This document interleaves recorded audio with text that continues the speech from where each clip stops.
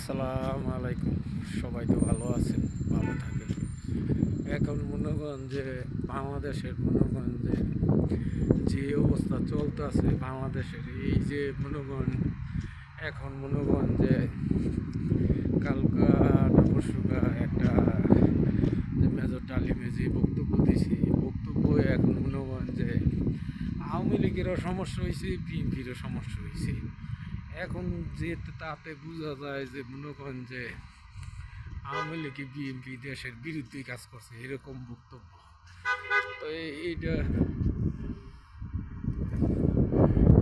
Major ডালিম কিনা, এটা ভিতরে আমার একটা সন্দেহ লাগে। তবে সবাই আমার জানাইবেন যে মেজর ডালিম কিনা, যে অরিজিনাল এই মেজর ডালিম কিনা। আর যে জামাতের বক্তব্য, জামাতের ব্যাপারে একটা কথা বলি। জামাতের ব্যাপারে কথা কয় নাই, জামাতের এত সাধু হয়ে গেল গা, এক ব্যাপারে একটা কথা নাই গিয়া।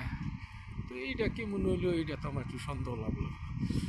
আর এক কথা হইলো যে দেশের যে দেশের জনগণ যে এটা তো যে আওয়ামী লীগ বিএনপির খুব ভালো একটা ইফেক্ট হালাইব, এরকম একটা আমার কাছে মনে হয়।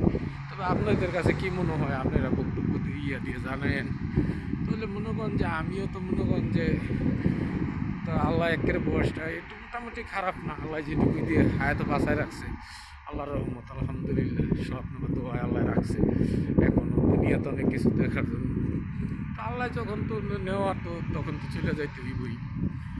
তবে যে এই দেশে যায় ঝামেলা, বাংলাদেশের যায় ঝামেলা একটার পরে এই যে লাইক দেই খালি বাংলাদেশের লড়ালড়ি কাটাকাটি, এটি শেষ।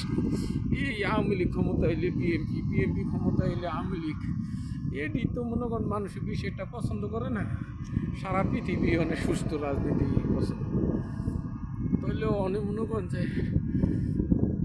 দেশে মিতে এই সমস্যা এটি। তাহলে যে আর কিছু যে এই যায় ঝামেলা একটা কিছু।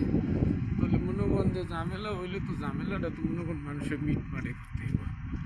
তাহলে ওখানে কি করে না করে এই মনের ভিতর বড় একটা সন্দেহ। তাহলে দেশ যেভাবে ভালো চলে, সবাই এইভাবেই একটা কিছু করতে পারে।